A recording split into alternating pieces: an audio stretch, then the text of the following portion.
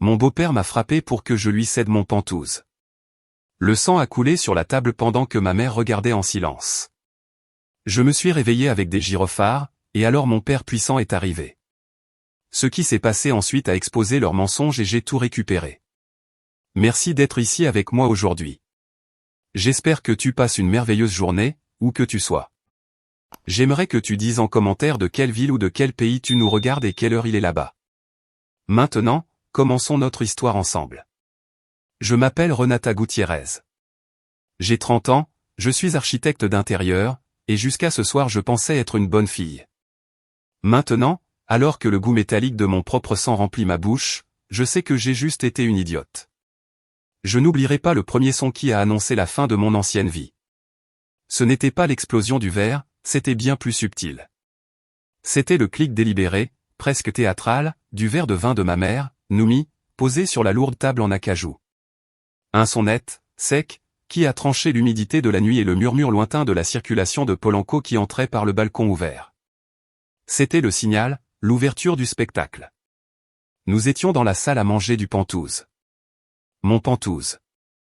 L'air n'était pas étouffé par la chaleur de Mexico, mais par cette tension familiale qui ressemble à un poison lent, un gaz qui te vole l'oxygène sans que tu t'en rendes compte. En face de moi, Dionisio Riva, mon beau-père, me fixait avec ce calme calculé qui m'a toujours glacé le sang.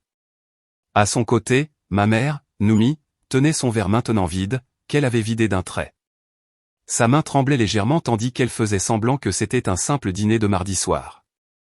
Et à côté d'elle, Benito, mon demi-frère de 20 ans, le prince de la maison, pianotait, ennuyé, sur son téléphone. Un petit sourire moqueur jouait sur ses lèvres.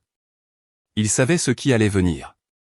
Un quatrième homme, un inconnu en costume bon marché et aux yeux fuyants, un certain licencié Gaston, était assis en bout de table, comme un corbeau attendant la charogne. Il remuait des papiers avec un air important. « Renata, ma fille, » a commencé ma mère. Sa voix était un chuchotement travaillé, conçu pour susciter la pitié. Elle porta une main à sa poitrine, son geste vedette, un mouvement que j'avais vu 1000 fois. « Ne me fais pas de telles frayeurs, s'il te plaît. Tu sais ce qu'a dit le cardiologue, mon cœur ne supporte pas les émotions fortes. » J'entendais cette même phrase depuis 6 mois. 6 mois depuis que j'ai commis l'erreur de ma vie, revenir dans cet appartement.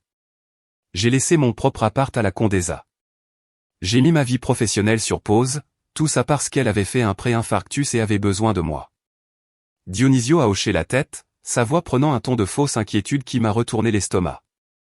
Ta mère t'a couvé toute ta vie, Renata. Elle t'a tout donné. Maintenant elle est fragile. Elle a besoin de sécurité, de garantie pour son futur. Le licencié Gaston, à ce moment précis, a fait glisser une chemise en faux cuir sur la table. Elle s'est arrêtée juste devant mon assiette intacte. Session de droit, ai-je lu à voix haute. Les mots ont flotté dans l'air épais. Mon estomac ne s'est pas serré, il est devenu une pierre de glace. C'est pour le bien de la famille, a continué Dionisio en se penchant, sa cravate frôlant son assiette. Ta mère a besoin que cette propriété soit à son nom. C'est ce qui est juste. Pour sa tranquillité, pour assurer l'avenir de Benito. Benito a levé les yeux de son téléphone. Son sourire s'est élargi jusqu'à devenir une moquerie ouverte. Oui, grande sœur, signe déjà. Non, ne sois pas radine. De toute façon, tu n'en as même pas besoin. Tu as ce vieux qui te paie tout. Ce vieux, a sifflé Benito, c'était mon père. Mon père biologique, Amado Gutiérrez. Ce vieux-là, ai-je répondu, la voix tremblante de colère, c'est mon père, et cette maison, c'est lui qui me l'a donnée. J'ai senti le sang me monter au visage. C'était l'appartement qu'Amado m'avait acheté quand j'ai eu 10 ans. C'était mon ancre, mon refuge, mon seul endroit sur au monde, et j'y étais revenu pour m'occuper de la femme qui, calmement, essayait maintenant de me le voler. Non, ai-je dit. Le mot est sorti de ma gorge comme un morceau de verre. Le sourire de Dionisio s'est effacé. La main de ma mère, qui allait vers la bouteille de vin, s'est arrêtée en l'air. Benito a soufflé. Ah comment ça, non, a grogné Dionisio, sa fausse amabilité se dissipant comme de la fumée. Je ne vais pas signer. Je me suis levé. Je suis revenu ici pour m'occuper de toi, maman, pas pour vous offrir mon patrimoine. Cette maison est à moi et cette farce est terminée. Ne n'ose pas en parler à cette table, a rugi Dionisio. Le changement a été instantané. L'homme d'affaires affable a disparu et le brute que j'ai toujours su qu'il était a pris sa place. Il a frappé la table, faisant sauter les couverts. Le Dionisio, s'il te plaît, mon cœur, a gémi ma mère, mais il n'y avait aucune conviction dans sa voix. Elle me regardait, moi. Renata, ne sois pas égoïste. Ne sois pas cruel avec ta mère. Pense à ton frère, pense à moi. Tu veux que je fasse un malaise, toi-même? Assez de chantage, maman. Je ne signerai pas. Tais-toi, hurla Dionisio. Il s'est levé de sa chaise, son corps massif projetant une ombre sur moi. Les jeux sont terminés, c'est clair? Tu vas signer ces papiers? Je ne le ferai pas. J'ai reculé d'un pas et tout s'est passé en même temps. C'était trop rapide pour le comprendre, mais je m'en souviens au ralenti, d'une lenteur agonisante. Sa main, grande et lourde, a jailli et a attrapé une poignée de mes cheveux. La douleur a été si vive qu'elle m'a coupé le souffle. J'ai crié. Il a essayé de me tirer de nouveau sur la chaise, mais mon instinct a été de résister. J'ai trébuché. Ma tête est partie en avant sous la force de sa traction. La douleur a été une explosion blanche et aveuglante. Mon front a percuté le bord de l'énorme table de salle à manger, celle en verre biseauté que Dionisio avait insisté pour acheter. Le bruit a été assourdissant. Une détonation aiguë, un craquement qui a semblé secouer l'immeuble, suivi d'une pluie de milliers de fragments de verre trempés sur le sol en marbre. Je suis tombé à genoux. Le monde tournait en cercle flou. La douleur était un soleil blanc derrière mes yeux. J'ai porté la main à mon front, et quand je l'ai baissée, elle était couverte d'un liquide sombre et chaud. Du sang. Mon sang. Il tombait en gouttes régulières sur le marbre blanc que mon père avait choisi 20 ans plus tôt. À travers le brouillard de la douleur, j'ai cherché ma mère. Elle était debout, pâle comme un fantôme, les yeux grands ouverts. Elle ne me regardait pas avec horreur, elle n'a pas couru vers moi, elle n'a pas crié mon nom. Elle me regardait avec de la fureur, de la frustration, comme si j'avais renversé du vin sur son tapis préféré. « Mais tu vois » a-t-elle crié, sa voix aiguë et amère me transperçant plus que le verre brisé. « Mais tu vois ce que tu provoques? Tu gâches toujours tout. Pourquoi tu n'as pas signé, tout simplement? » Ça, c'était la blessure mortelle. Benito, depuis sa chaise, s'est contenté de dire « Putain, quel bordel !» J'ai entendu des coups frénétiques à la porte d'entrée. La voix d'une voisine « Est-ce que tout va bien là-dedans ?» On a entendu un coup horrible. Je vais appeler la police. J'ai entendu Dionisio lâcher une bordée d'insultes, des pas précipités. Et puis, alors que le sol en marbre montait à ma rencontre et que le monde devenait noir, la sirène lointaine d'une ambulance. Tandis que l'obscurité me dévorait, ma vie n'a pas défilé devant mes yeux. Ce que j'ai vu, avec une clarté écœurante, c'est ma propre stupidité. Qu'est-ce que je faisais là, bon sang? C'était la grande question. Que faisait une architecte de 30 ans, avec son propre cabinet à la Condesa, une vie indépendante et stable, vivant de nouveau dans la maison de son enfance, se laissant faire du chantage, insultée et maintenant agressée par une famille qui manifestement la méprisait? La réponse était si simple qu'elle brûlait. La culpabilité. Un sens du devoir tordu, et l'espoir mourant qu'un jour, ma mère finirait par me voir. Ce pantouse, mon père Amado Gutiérrez me l'a offert le jour de mes 10 ans. C'était son cadeau d'adieu, juste avant que le divorce avec ma mère ne soit finalisé. Je me souviens de ses grandes mains posant la clé en laiton dans ma paume. « C'est ton encre, Renata » m'a-t-il dit, sa voix calme et ferme, accroupie devant moi. « Quoi qu'il arrive, ce sera toujours ton endroit. À toi, que personne ne te l'enlève. » Et c'est ce que c'était. J'ai grandi ici, mais l'air s'est raréfié. Noumi a épousé Dionisio quand j'avais 12 ans. Benito est né 2 ans plus tard et, lentement, de façon méthodique, je suis devenu l'étrangère, l'invité, le rappel vivant du premier round raté de ma mère. Dionisio a rempli la maison de ses meubles d'acajou ostentatoires et de l'odeur de tabac cher. Noumi a consacré toute sa vie à Benito, le prince de la maison, l'héritier. Dès que j'ai été diplômé, j'ai fui. Je n'ai pas marché, j'ai fui. J'ai monté mon cabinet. Ça m'a pris des années, des nuits blanches et des dettes, mais j'ai réussi. Je me débrouillais bien. Je voyais mon père Amado 2 fois par mois. Notre relation était formelle, distante, mais solide comme un roc. Avec ma mère, c'était une autre histoire. On se parlait à peine. Appel pour les anniversaires, Noël. Elle était toujours très occupée avec Benito. Jusqu'à il y a 6 mois. J'ai reçu un appel affolé. C'était Benito, en larmes et hystérique. Renata, viens vite.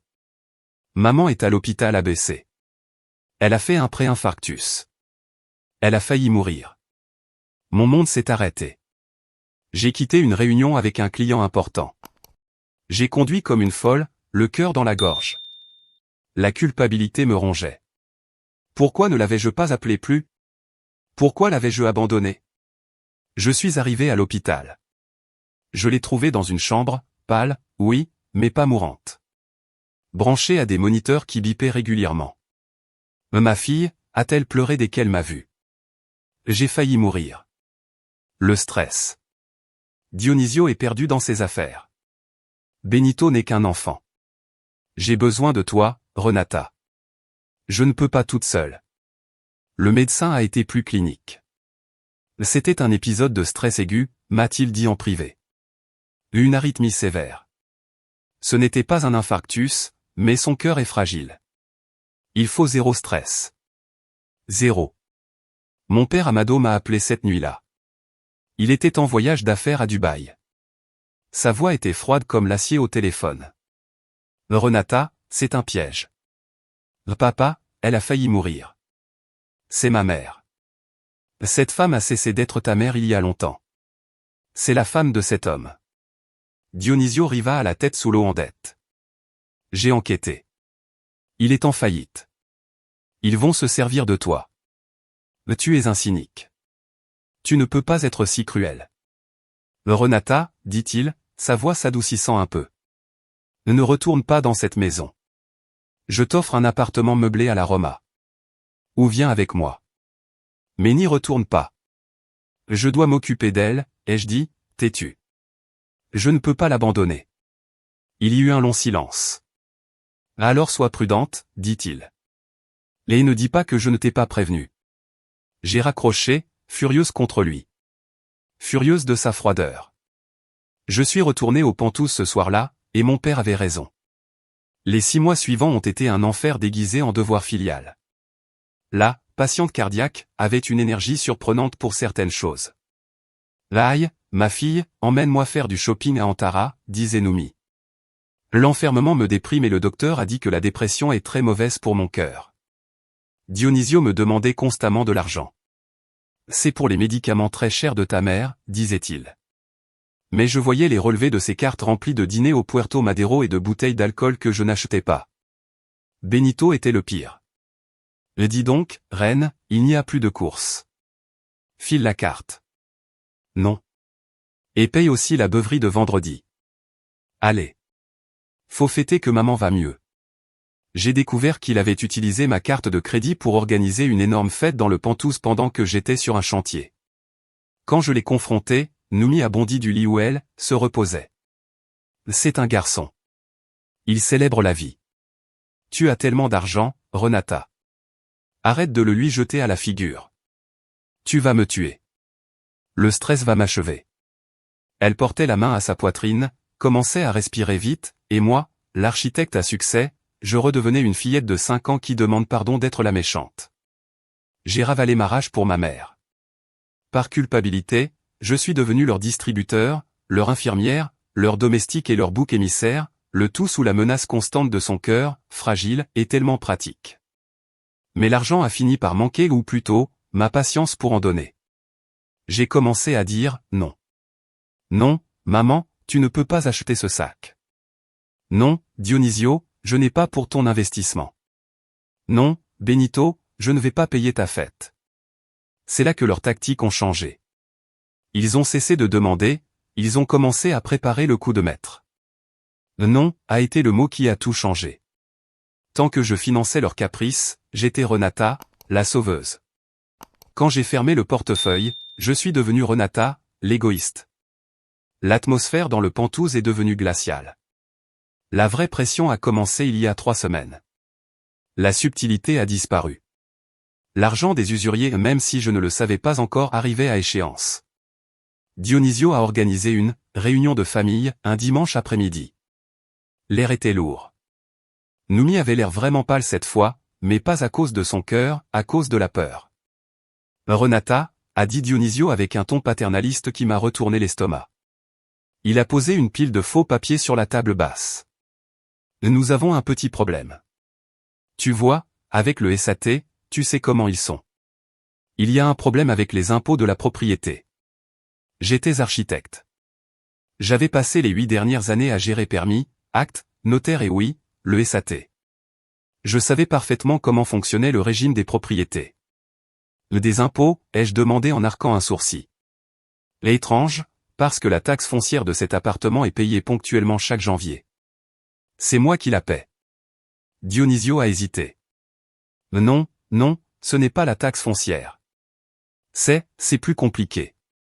Tu vois, ton père Amado, quand il a acheté ça, il l'a utilisé comme garantie pour un prêt. L'impossible, les jeux coupés. Cet appartement est à mon nom comme patrimoine familial depuis mes 10 ans. Il ne peut pas être utilisé comme garantie sans ma signature. Qu'est-ce que vous essayez de faire, Dionisio? Son visage s'est assombri. L'acteur avait disparu. C'est Noumi qui a pris le relais. Des larmes de crocodile ont jailli aussitôt. Un torrent de manipulation. Renata, pour l'amour de Dieu, ton beau-père essaie de nous protéger. On va nous saisir. La banque va nous prendre la maison à cause de ton père. À cause de mon père? Il m'a donné cette maison. Vous êtes ceux qui vivent ici gratuitement. On va finir à la rue, cria-t-elle, sa voix stridente. Ton frère Benito et moi, on va se retrouver sous un pont. Et tout ça à cause de ton orgueil. Ton père Amado peut acheter 10 maisons de plus. Nous, on n'a que celle-là. Cette maison est à moi, ai-je crié, excédé. Et je ne vais pas vous laisser continuer à me prendre pour une idiote. Je ne signerai rien. Je me suis levé et je me suis enfermé dans mon ancienne chambre. La réunion était terminée. Cette nuit-là, je n'ai pas pu dormir. La maison était d'un silence de tombe. Je me suis levé à 3 heures du matin pour un verre d'eau. La porte du bureau de Dionisio était entr'ouverte. J'ai entendu sa voix, un murmure bas et furieux. Il parlait au téléphone. Non, elle n'a pas voulu. L'ampleur de ce qu'elle croit. Elle pense qu'elle s'y connaît en loi? Non. Noumi est inutile. Elle n'a pas pu la convaincre. Oui, oui. Plan B. Dès demain. Prépare les vrais papiers avec Gaston. On va vraiment lui faire peur. Cette fois, elle ne dira pas non. Il a fait une pause. Ne t'inquiète pas pour Noumi. Je la tiens dans ma main. Elle fera ce que je dis. Elle est déjà trop impliquée. Un frisson m'a parcouru le dos. Plan B. La faire peur. Gaston. Je suis retourné sur la pointe des pieds dans ma chambre et j'ai fermé la porte à clé. Mon cœur battait si fort que je pensais qu'il l'entendrait. Mon père avait raison. Il avait totalement raison. Ma mère n'était pas une victime, elle était sa complice. J'ai pris mon téléphone et j'ai composé le numéro international de mon père. Il était 3h30 à Dubaï. Il a répondu à la deuxième sonnerie, la voix alerte. Papa, ai-je chuchoté, essayant de ne pas trembler. Tu avais raison. Tu avais complètement raison. Ils essaient vraiment de me voler la maison. J'ai entendu Dionisio. Ils ont un plan B. Ils ont un avocat qui s'appelle Gaston. Il y eut un silence. Je te l'avais dit, a-t-il dit. Renata, écoute-moi bien. Sors de cette maison tout de suite. Papa, il est 3 heures du matin. Je m'en fiche. Va à un hôtel. Va au Saint-Régis, utilise mon compte. Ne discute pas, ne fais pas ta valise, sors juste. Je prends le premier vol pour revenir au Mexique. Je serai là demain soir. Tu m'entends? Oui, papa. Appelle-moi dès que tu es dans le lobby de l'hôtel. Ne raccroche pas avant d'être en sécurité. J'ai raccroché en tremblant. J'ai regardé la porte. Il avait raison. J'aurais dû sortir à ce moment-là, mais j'étais terrorisé. Et si Dionisio m'entendait? C'était un grand homme. J'ai décidé d'attendre. Erreur fatale. j'ai décidé d'attendre 6 heures du matin, quand Benito sort au gymnase et que Dionisio dort d'habitude. Je me suis endormi d'épuisement et de stress, recroquevillé contre la porte. Je me suis réveillé en sursaut, pas à cause de l'alarme, mais à cause de coups à la porte. Il était 8 heures du matin. Renata, ma fille, ouvre. C'était la voix de Noumi, mielleuse et douce. Aïe, ma chérie, hier soir nous étions tous très agités. Dionisio se sent très mal. Il veut s'excuser auprès de toi. Le licencié Gaston vient prendre le petit déjeuner pour clarifier ce malentendu des impôts. Allez, prépare-toi. Mon cœur s'est enfoncé. Le petit déjeuner, le piège était prêt, et moi, stupidement, pensant que je pouvais encore gérer la situation, que je pouvais les affronter une dernière fois avant que mon père arrive, j'ai ouvert la porte. 2 heures plus tard, j'étais à genoux, en train de saigner sur les morceaux de la table que Dionisio avait achetés. Le son de la sirène est devenu ma seule encre. Il devenait de plus en plus fort jusqu'à être la seule chose qui remplissait ma tête, étouffant les murmures de Dionisio et de Gaston dans le couloir, qui répétaient leur version. Des mains fermes de paramédics m'ont relevé. Des voix professionnelles, calme, traumatisme crânien, possible commotion, saturation qui baisse. Il faut suturer. La plaie est profonde. Tout était un flou de lumière rouge et blanche, et le froid du marbre cédant la place à la rugosité d'un brancard. Je me suis réveillé dans un box des urgences de l'hôpital ABC. L'odeur antiseptique, l'alcool et un vague parfum de café brûlé m'ont frappé. La douleur au front était une présence constante, un marteau rythmique. J'ai touché ma tête. J'avais un bandage serré. Une infirmière gentille, avec des yeux fatigués mais doux, réglait ma perfusion. « Comment tu te sens, ma belle ? Le docteur va venir te voir. Tu as pris un sale coup. On t'a fait 6 points de suture. Où est ta famille ? Ta mère est dehors avec un officier, dit-elle sur un ton que je n'ai pas su déchiffrer. Mon cœur a fait un bond. Ma mère en train de parler à la police.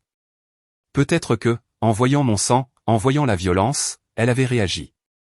Peut-être que la mère que je me rappelais était encore là-dedans. Mais avant le docteur, la police est entrée. Un grand officier en uniforme, l'air fatigué, un carnet à la main. On voyait qu'il en avait vu d'autres. Mademoiselle Gutiérrez, dit-il sans détour. Je suis l'officier Romero.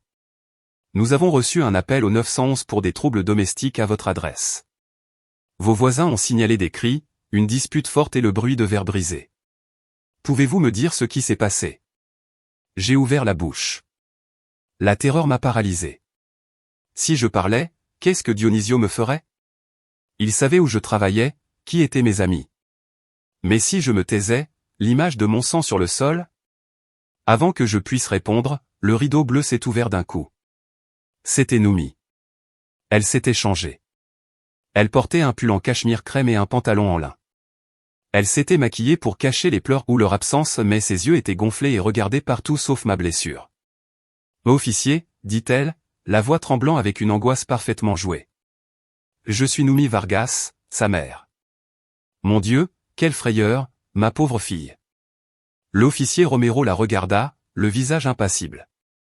Vous étiez là, madame. Qu'est-ce qui s'est passé ? J'ai regardé ma mère.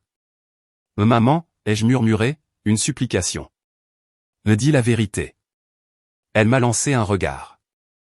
Un regard qui a duré moins d'une seconde, mais qui disait tout. Ce n'était pas de la peur, c'était un avertissement. Froid, dur, désespéré, tais-toi. Puis elle s'est tournée vers l'officier et a éclaté en sanglots déchirant, une performance digne d'un Oscar. C'était un accident, officier, un terrible, terrible accident. Ma fille Renata. Là elle s'est interrompue pour sangloter. Nous dînions et elle portait des talons neufs très hauts. Le sol venait d'être poli. J'avais dit à la femme de ménage de ne pas le faire. Elle a trébuché. Elle a trébuché et elle s'est cognée contre la table en verre. Elle s'est toute coupée. C'était horrible. L'officier Romero m'a regardé, puis a regardé ma blessure au front, puis mes mains, marquées de griffures défensives pour m'être protégé du verre. Il a regardé mes pieds nus. Là elle a glissé, a-t-il répété, sceptique, et elle s'est blessée comme ça ? Son ton était plat. J'étais paralysé, figé, je n'arrivais pas à respirer. Le monde s'était arrêté. Ma propre mère, la femme pour qui j'avais sacrifié les 6 derniers mois de ma vie, la femme pour qui je m'étais disputé avec mon père, était en train de mentir à la police en face de moi. Maman, ai-je réussi à crier, la voix brisée par l'incrédulité et la douleur. Tu mens? Tu mens? C'est lui qui m'a frappé. Dionisio m'a frappé. Tu l'as vu. Noumi s'est tourné vers moi. Ses yeux étaient des poignards. Les pleurs se sont arrêtés un instant. Renata, pour l'amour de Dieu, tu es en état de choc. Tu dis n'importe quoi. Tu ne sais pas ce que tu dis. Elle s'est approchée de mon lit comme une mère inquiète et m'a attrapé le bras, enfonçant ses ongles avec une force surprenante. Tais-toi, a-t-elle sifflé si bas que moi seul pouvais l'entendre. Son souffle sentait le vin et la peur. Tu veux l'envoyer en prison. Tu veux nous ruiner tous? C'est toi qui as provoqué ça. Tais-toi maintenant. La douleur de ses ongles m'a fait halter. Madame, s'il vous plaît, lâchez la patiente, a dit l'officier Romero, sa voix ferme pour la première fois. Elle m'a lâché comme si ma peau brûlait. Mademoiselle Gutiérrez, dit l'officier, d'une voix plus douce en s'adressant à moi. Regardez-moi. Est-ce vrai? Votre beau-père vous a agressé? J'ai regardé ma mère. Son visage était un masque de terreur et de supplication. Si je parlais, son monde s'écroulait. L'homme qu'elle aimait, son fils Benito, tout. Elle me suppliait, pas pour ma sécurité, mais pour la sienne. Et en une seconde j'ai compris, elle ne me protégeait pas, elle le protégeait lui. Elle avait choisi. Je me suis tourné vers l'officier. Les larmes brûlaient mes yeux, mais ce n'était pas de douleur, c'était de rage. Je ne me souviens pas, ai-je murmuré, la voix vide. Je me suis cogné très fort. Tout est flou. L'officier Romero a soupiré. Un long soupir fatigué. Il savait que je mentais. Je savais qu'il savait. Mais sans mon témoignage, sans l'aveu de ma mère, c'était ma parole contre la leur. Un malheureux, accident domestique. D'accord, dit-il en fermant son carnet. Reposez-vous.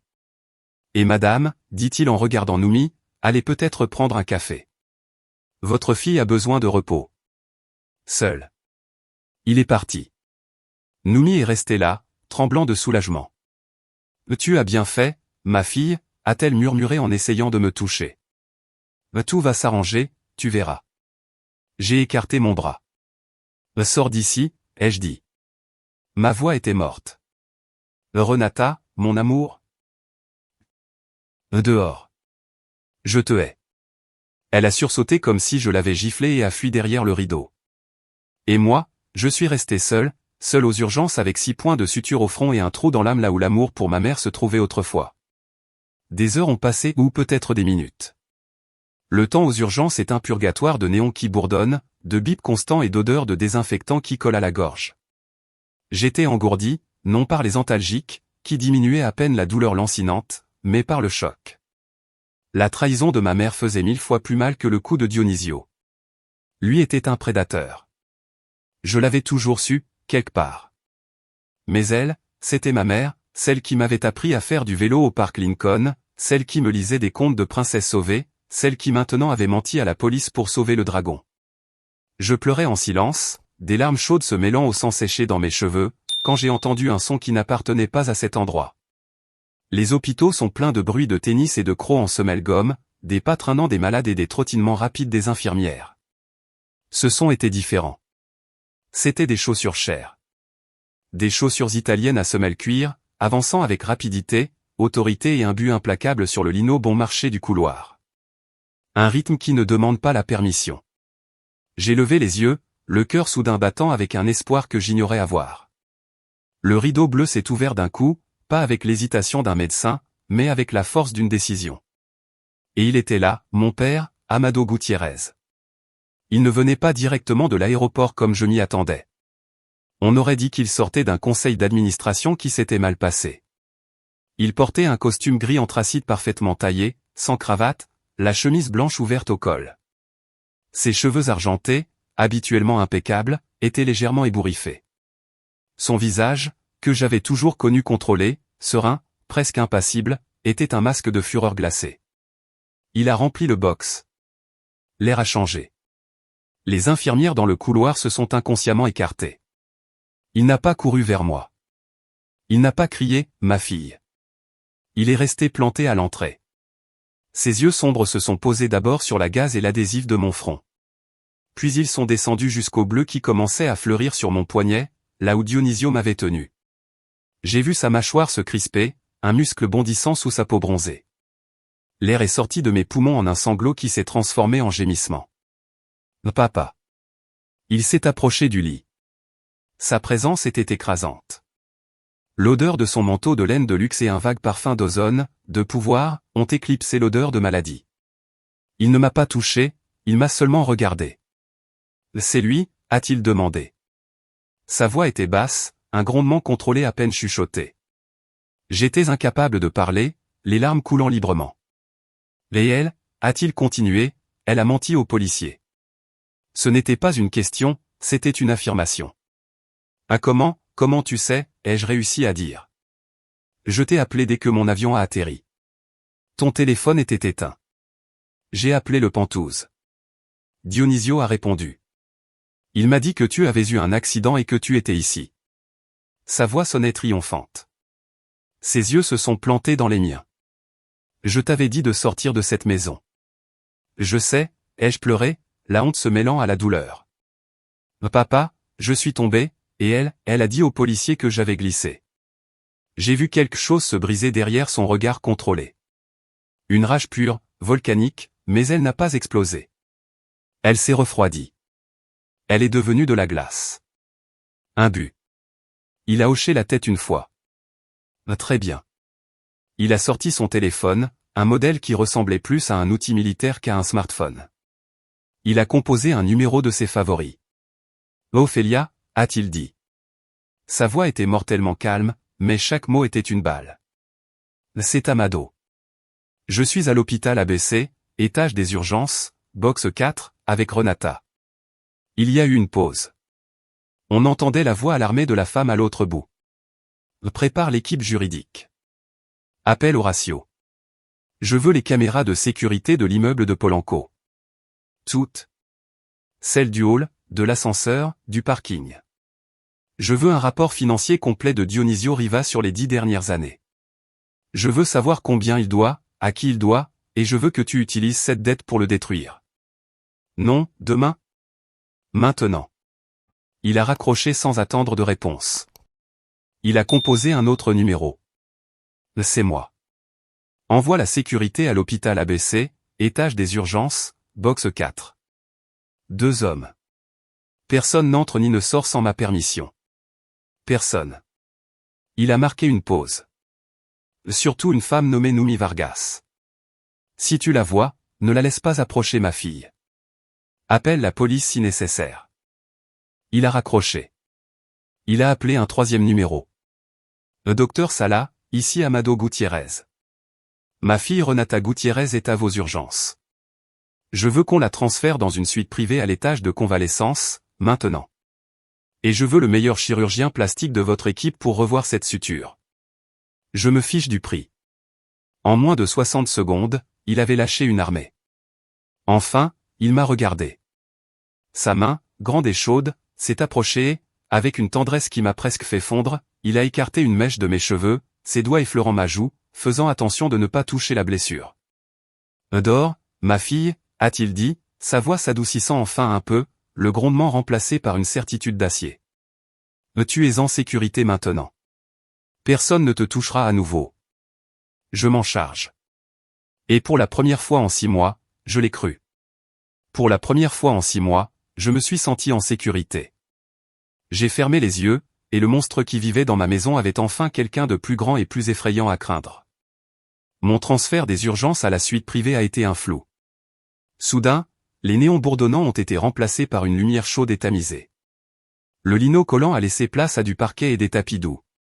2 agents de sécurité en costume sombre et oreillettes discrètes se sont postés devant ma porte. Le chaos a été remplacé par un silence ordonné.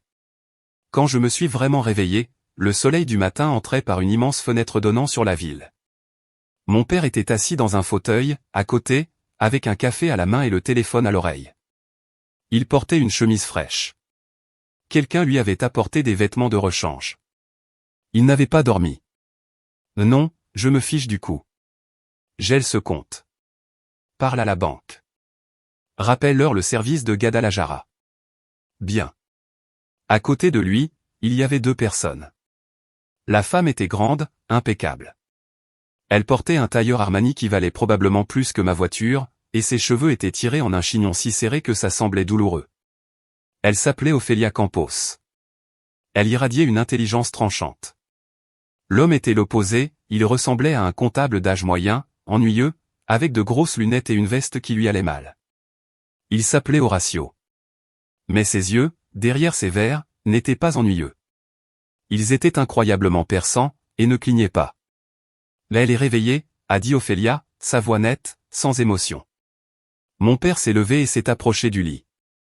Renata, voici Ophelia Campos, mon avocate principale. Et voici Horacio, mon détective privé. Je travaille exclusivement pour lui, mademoiselle Gutiérrez, dit Ophelia en hochant la tête. Désolé de vous rencontrer dans ces circonstances. Nous sommes déjà en mouvement.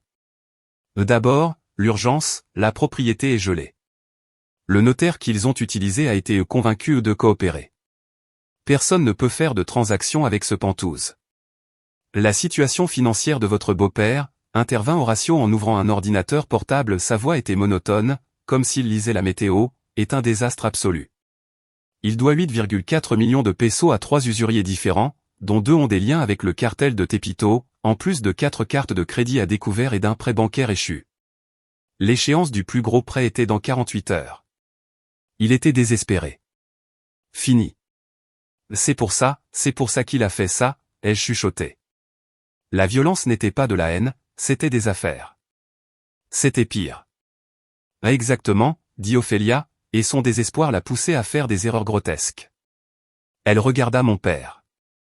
L'avocat de Dionisio, ce Gaston, dit Amado, sa voix pleine de mépris, a tenté d'enregistrer ce matin, à 9h01, des documents de transfert falsifiés.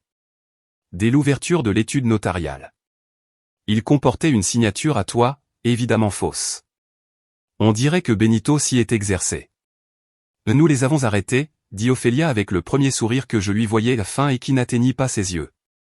Le notaire, après une petite discussion avec nous, a appelé les autorités. Tentative de fraude en flagrant délit.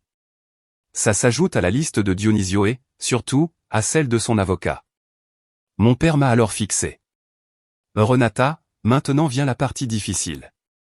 Horacio a vérifié l'immeuble, dit Ophelia. Les Dionisio et Noumi ont débranché les caméras du hall de l'ascenseur cette nuit-là. Ils se croyaient malins. Mon cœur s'est enfoncé. Alors, c'est ma parole contre la leur. Amado a souri. Un sourire qui ne m'a pas plu. Ce que Noumi a oublié, et ce que Dionisio n'a jamais su, c'est qu'il y a 10 ans, après que l'idiot de l'administrateur de l'immeuble a laissé voler des vélos, j'ai installé mon propre système de sécurité dans le pantouse. Quoi? L'horloge murale en acajou de la salle à manger, dit-il comme si c'était évident.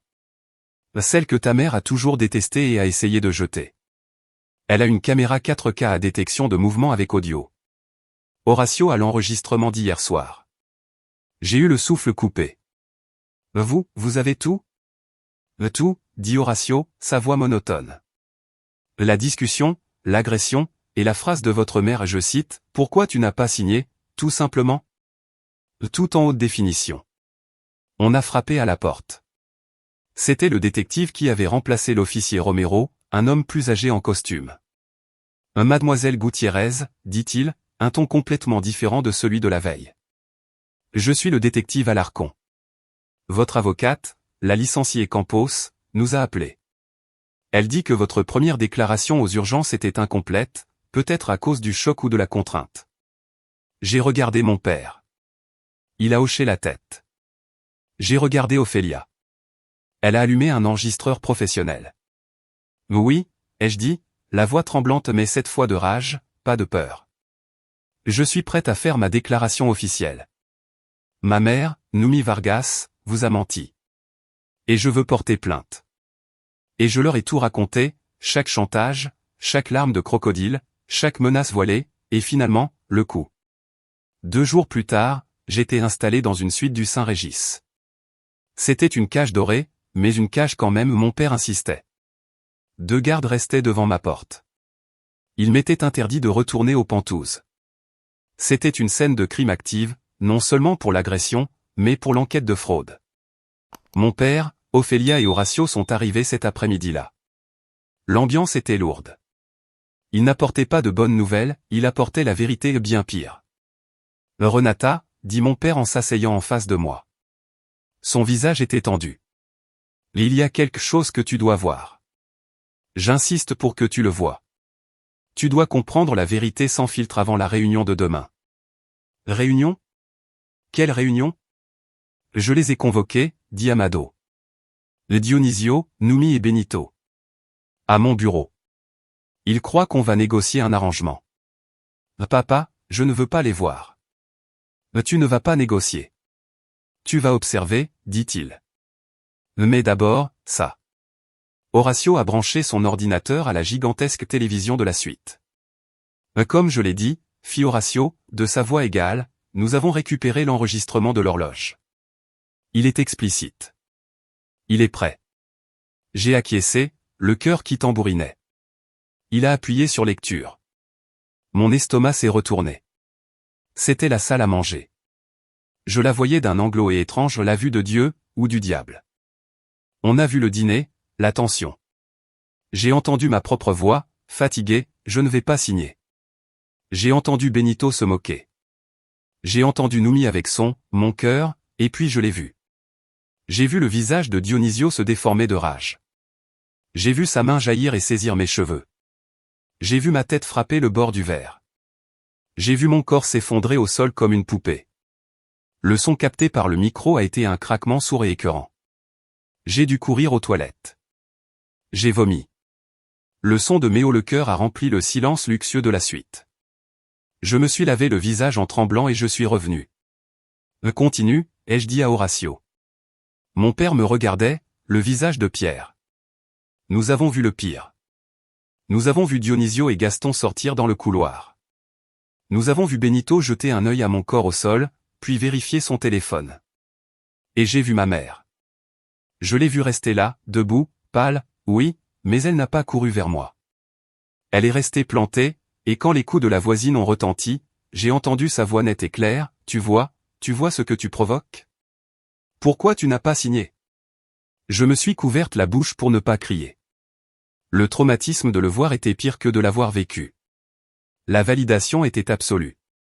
Je n'étais pas folle. Je n'avais pas exagéré. C'était arrivé. Amado avait les jointures blanches à force de serrer les accoudoirs du fauteuil. Il y a plus, dit Ophélia doucement, comme si elle approchait un animal blessé.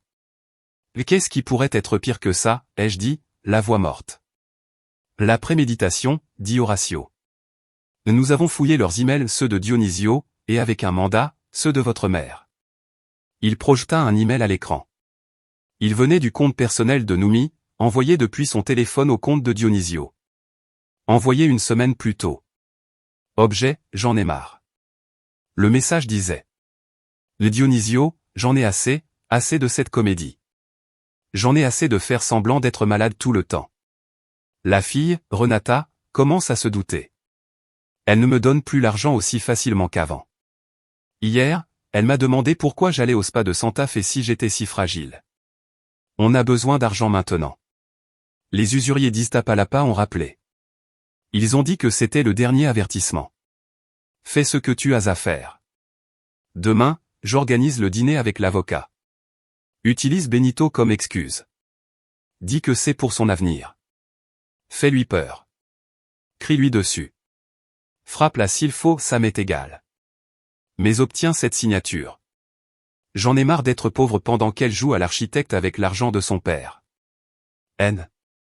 J'ai lu le mail une fois. Je l'ai lu 2 fois. J'ai relu la ligne, frappe-la s'il faut, ça m'est égal, une 12aine de fois. La nausée est revenue, mais je l'ai avalée. La femme qui m'a mise au monde. La femme pour qui j'ai laissé ma vie. La femme qui a simulé une crise cardiaque.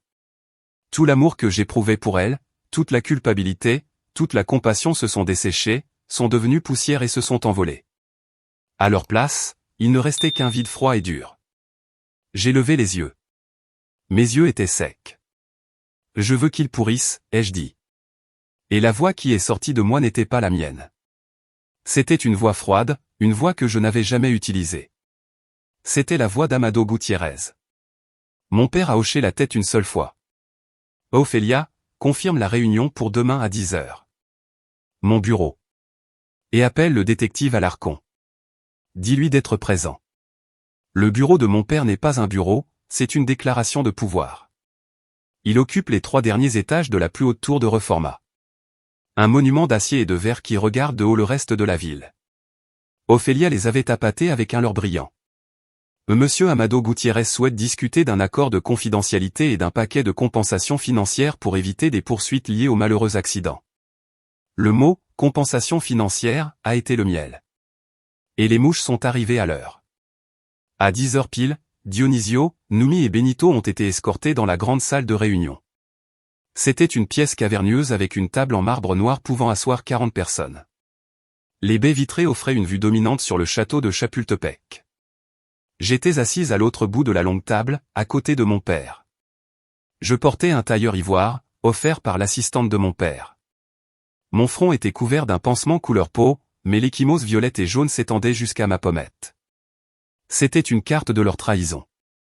Ophélia se tenait près d'un écran de présentation de 80 pouces, et, discrètement, près de la porte, se tenait le détective Alarcon et un autre officier, tous deux en costume. Le trio s'est arrêté à l'entrée. Leurs sourires arrogants ont vacillé. Ils s'attendaient à un petit cabinet d'avocats sordides, pas au centre de commandement d'un empire. Amado, dit Dionisio, tentant de reprendre contenance. Sa voix a sonné trop forte dans le silence. C'est bien qu'on puisse régler ça en homme civilisé, sans scandale. Mon père n'a rien dit. Il l'a juste regardé. L'intensité de ce regard a obligé Dionisio à avaler sa salive. Asseyez-vous, s'il vous plaît, dit Ophélia, sa voix tranchant l'air. Ils ont hésité, mais ils ont obéi. Ils se sont assis à l'autre bout de la table, comme des accusés au tribunal. Noumi se tordait les mains, prête pour sa performance de mère inquiète et malade. Benito ne voyait que le luxe, avec des yeux avides, comme s'il calculait déjà la valeur du tapis. Merci d'être venu, commença Ophélia, d'un ton glacial. Nous sommes ici pour discuter des événements de jeudi soir, spécifiquement l'agression aggravée et la tentative de fraude contre ma cliente, mademoiselle Renata Gutiérrez. C'était un accident, s'écria Noumi aussitôt. Je le jure devant Dieu. Elle est tombée. Je l'ai vue. Dis-leur, Dionisio. Un malheureux accident, acquiesça Dionisio, essayant d'avoir l'air solennel. L'intéressant, dit Ophélia, parce que nous aussi, nous l'avons vu. Elle se tourna et alluma l'écran. Mesdames et messieurs, je vous présente l'enregistrement du système de sécurité privée de la salle à manger. Cadeau de l'horloge murale. Le silence dans la salle était total.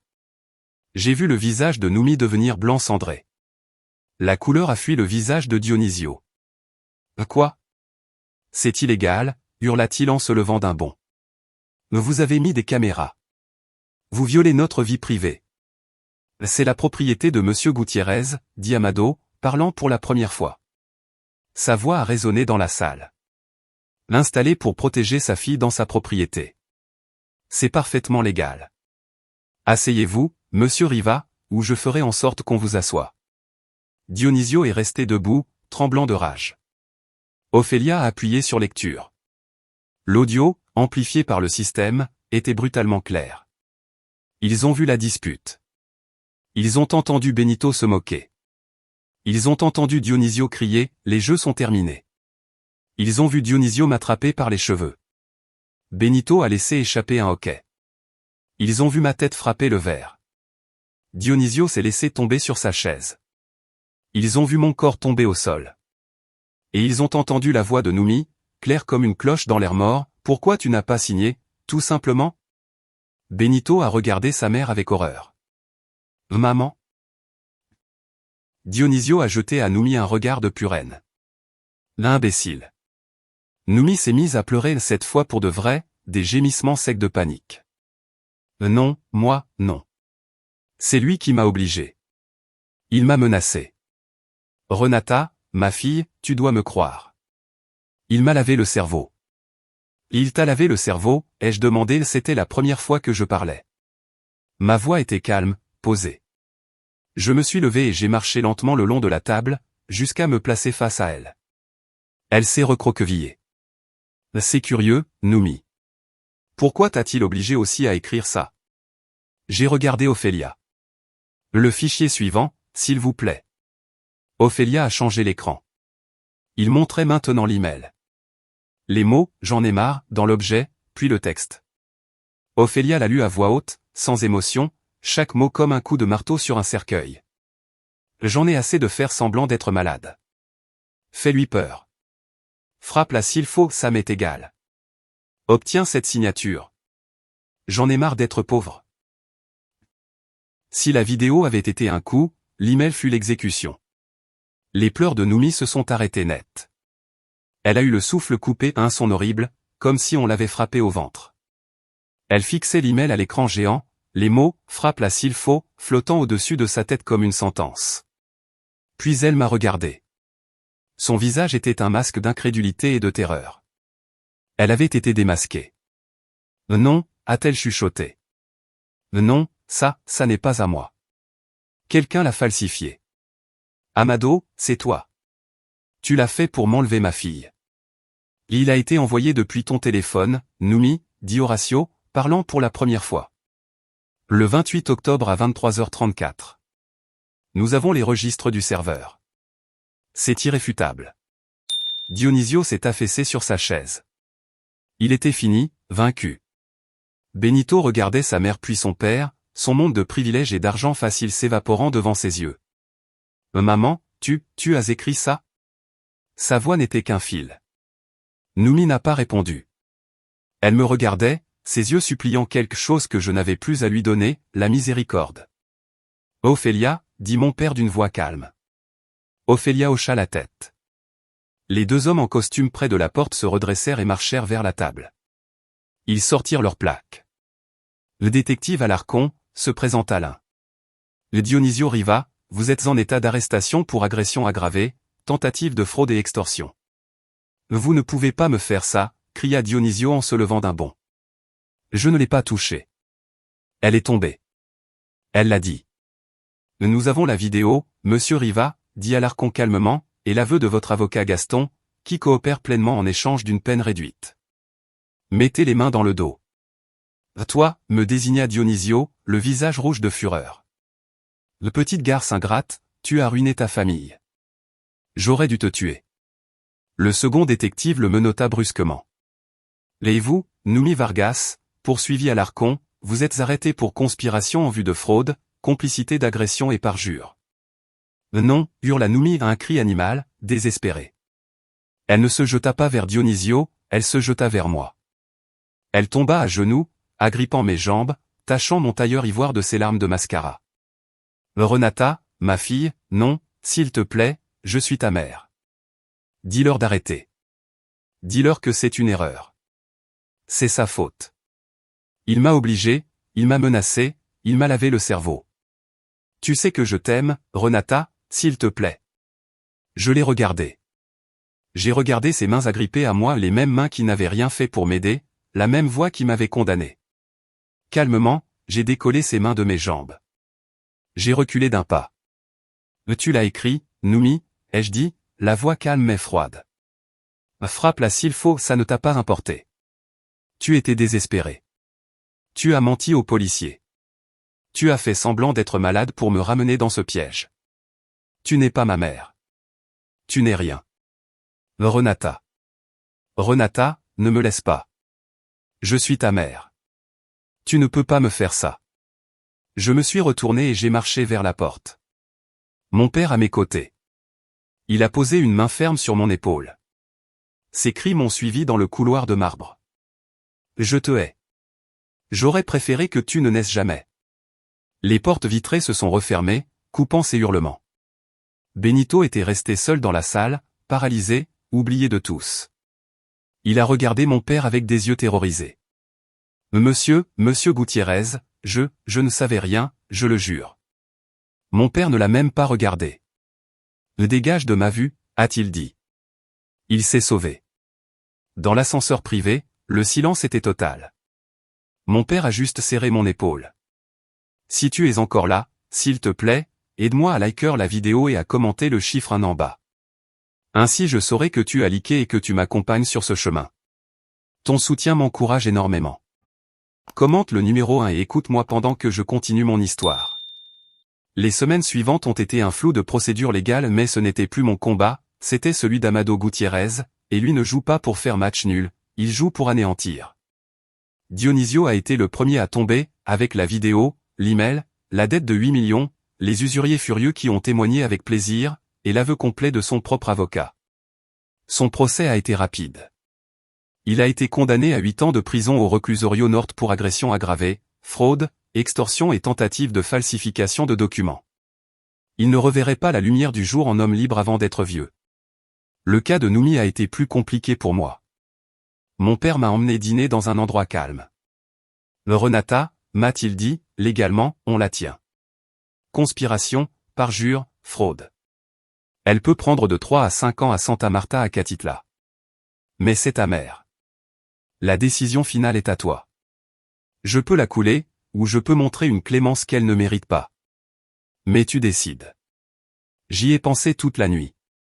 J'ai pensé à la femme qui m'a élevé, celle qui me faisait de la soupe de nouilles quand j'étais malade. Et j'ai pensé à la femme qui avait écrit « Frappe-la s'il faut ». Le lendemain matin, j'ai appelé Ophélia. Qu'elle coopère. Qu'elle témoigne contre Dionisio, qu'elle dise au juge toute la vérité sur la fraude et l'agression, en échange d'une liberté conditionnelle. Je ne veux pas ma mère en prison, mais je ne la veux pas non plus dans ma vie. Et ce fut ainsi. Noumi, face aux preuves et à la perspective de la prison, s'est effondrée à la barre.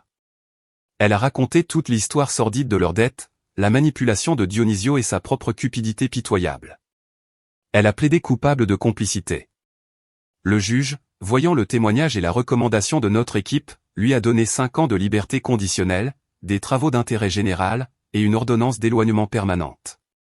Elle ne pouvait plus m'approcher ni approcher aucune de mes propriétés. Benito, eh bien, Benito était légalement adulte.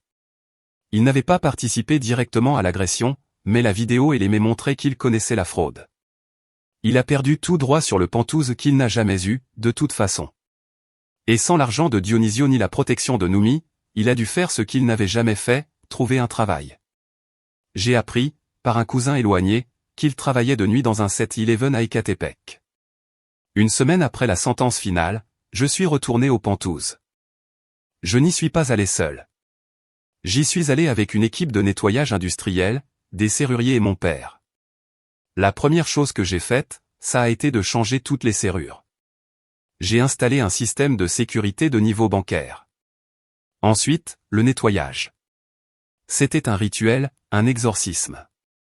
Jetez tout ce qu'il y a dans la chambre d'amis, ai-je ordonné. Les vêtements de Dionisio, ses lotions bon marché, ses cigares. Jetez tout de la chambre de Benito, ses consoles de jeux, ses posters de voiture, son lit. Et jetez tout de la chambre principale. Mon père m'a regardé. Tout, Renata? Il y a tes affaires d'enfance là-dedans. Brûlez les meubles, papa. Donnez les vêtements. Je ne veux rien qu'elle ait touché. L'horloge du salon, elle reste. Tout le reste s'en va. Je veux que ça sente le propre. Ce soir-là, je me suis assise sur le sol en marbre de mon salon vide. L'endroit sentait l'eau de Javel, la peinture fraîche et l'ozone. La table en verre brisé avait été retirée. Il ne restait qu'une petite marque sur le marbre de la salle à manger, une cicatrice où le pied de la table avait frappé. Je ne l'ai pas réparée. Je l'ai laissée là comme un rappel. J'ai bu un verre de vin en silence. La maison était enfin calme. La sonnerie de mon téléphone a retenti. Un numéro inconnu, depuis un téléphone public. J'ai répondu une dernière goutte stupide de curiosité. Renata, une voix tremblante, brisée, méconnaissable. Noumi, qu'est-ce que tu veux? Renata, ma fille, s'il te plaît, pleurait-elle. Je suis chez ta tante Clémène. Là-bas. Il me traite comme une domestique. Je n'ai rien. Dionisio est en prison. Benito. Benito ne me parle plus. Il dit que j'ai ruiné sa vie. Et ton père, ce n'est pas ton père, Amado, il m'a tout pris. Il m'a laissé à la rue. Non, ai-je dit, la voix calme, presque ennuyée. C'est toi qui as tout donné, tout parié sur lui, et tu as perdu. Mais je suis toujours ta mère, cria-t-elle, le désespoir devenant colère. Tu me dois. Je t'ai élevé, je t'ai donné la vie. Tu ne peux pas me laisser dans cette misère. J'ai besoin d'argent. Une mensualité, c'est ton devoir de fille. La Bible le dit. 30 000 pesos par mois. C'est juste pour tout ce que j'ai fait pour toi. Il y eut un long silence. J'ai attendu de ressentir quelque chose. De la rage, de la douleur, de la pitié. Je n'ai rien ressenti. Juste du soulagement. La dernière braise d'espoir s'était éteinte. Elle n'était pas repentante. Elle était en colère parce qu'on l'avait démasquée.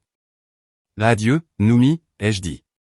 J'ai raccroché et, pour la première fois de ma vie, j'ai bloqué son numéro. 6 mois ont passé depuis cet appel. 6 mois depuis que j'ai récupéré ma vie, ma maison et ma lucidité. Le Penthouse n'est plus le même. Il ne pourrait pas l'être. J'ai engagé mon propre équipe, les meilleurs entrepreneurs de mon cabinet et je l'ai repensé de A à Z. Là où il y avait de l'obscurité, de l'acajou lourd et des tapis qui me rappelaient Dionisio, il y a maintenant des murs blancs, des bois clairs, de la lumière naturelle et des espaces ouverts. Mon studio d'architecture occupe maintenant les anciennes chambres de Benito et de Noumi. Je les ai transformées en un bureau spectaculaire avec vue sur la ville. C'est minimaliste, chaleureux, fonctionnel, c'est à moi. Ma relation avec mon père a radicalement changé. Ce n'est plus le papa puissant qui vivait à Dubaï et que j'appelais en cas d'urgence. C'est juste papa. Maintenant que son nid à Mexico est nettoyé, il passe plus de temps ici. On dîne ensemble tous les jeudis.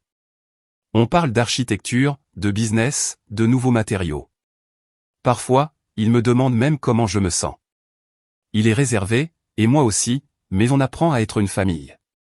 La semaine dernière, on était dans la nouvelle cuisine que j'ai conçue. Je préparais des pâtes, et lui était assis à l'îlot en quartz, lisant le Financial Times. Le projet d'hôtel-boutique à Querétaro a été approuvé, a-t-il dit sans lever les yeux. Félicitations, papa. Je veux que ton cabinet fasse tous les intérieurs. J'ai presque laissé tomber la casserole. Papa, c'est un projet à plusieurs millions. C'est énorme. Il a enfin baissé le journal et m'a regardé. Tu es la meilleure architecte d'intérieur que je connaisse, Renata. Pourquoi diable j'engagerais quelqu'un d'autre? C'était la validation que j'avais cherchée chez ma mère toute ma vie et je l'ai reçue de lui, non pas avec de faux câlins, mais avec du respect. La cicatrice sur mon front a presque disparu. Un dermatologue s'en est chargé au laser, mais je sais qu'elle est là. Je la touche parfois le matin. C'est un rappel que la confiance aveugle est dangereuse. J'ai appris cette nuit-là que le sang ne fait pas la famille. La loyauté, oui. J'ai appris que la compassion, quand on la donne aux mauvaises personnes, n'est pas une vertu, c'est une arme qu'elles utilisent contre toi. Dionisio a perdu la liberté. Noumi a perdu la dignité, le confort, et ses 2 enfants. Benito a perdu sa vie de luxe et son futur offert. Et moi, j'ai perdu l'illusion d'une mère. J'ai perdu l'innocence qui me faisait croire que les personnes qui doivent t'aimer t'aimeront automatiquement. Mais j'ai récupéré ma maison, j'ai récupéré ma carrière, j'ai récupéré l'estime de moi, et j'ai récupéré mon père. Je crois que je m'en sors gagnante. Parfois, la nuit, je m'assieds sur le balcon, maintenant plein de plantes, en regardant les lumières de Polanco. La cicatrice sur mon front pique un peu un rappel. La marque sur le marbre de la salle à manger est toujours là. Je l'ai laissé exprès. Il y a maintenant un beau tapis de soie autour, mais je sais qu'elle est dessous. Un rappel que les fondations peuvent se fissurer, sans pour autant s'effondrer. Beaucoup de gens et des cousins lointains, des tantes qui ne m'avaient jamais parlé, quand ils ont appris toute l'histoire, m'ont dit que j'avais été cruelle, pas chrétienne. Que comment j'avais pu tourner le dos à ma propre mère, quoi qu'elle ait fait. Que comment j'avais pu lui raccrocher au nez lors de ce dernier appel. Mais ils n'étaient pas là. Ils n'ont pas senti le choc de ma tête contre le verre. Ils n'ont pas entendu sa voix froide et calculatrice dire « Pourquoi tu n'as pas signé ?» Ils n'ont pas lu l'email qui donnait la permission et qui ordonnait la violence, frappe-la s'il faut. Ils ne comprennent pas que parfois, pour te sauver, tu dois amputer la partie de toi qui est infectée, même si cette partie est ta propre mère. Alors maintenant, je vous demande. Ils disent que j'ai été cruel parce que j'ai raccroché à ce dernier appel, quand elle m'a demandé de l'argent comme si c'était une obligation. Mais après qu'elle a menti à la police, qu'elle a simulé sa maladie pour m'attirer dans un piège, et qu'elle m'a livré à l'homme qui m'a agressé, qu'est-ce que je pouvais faire de plus?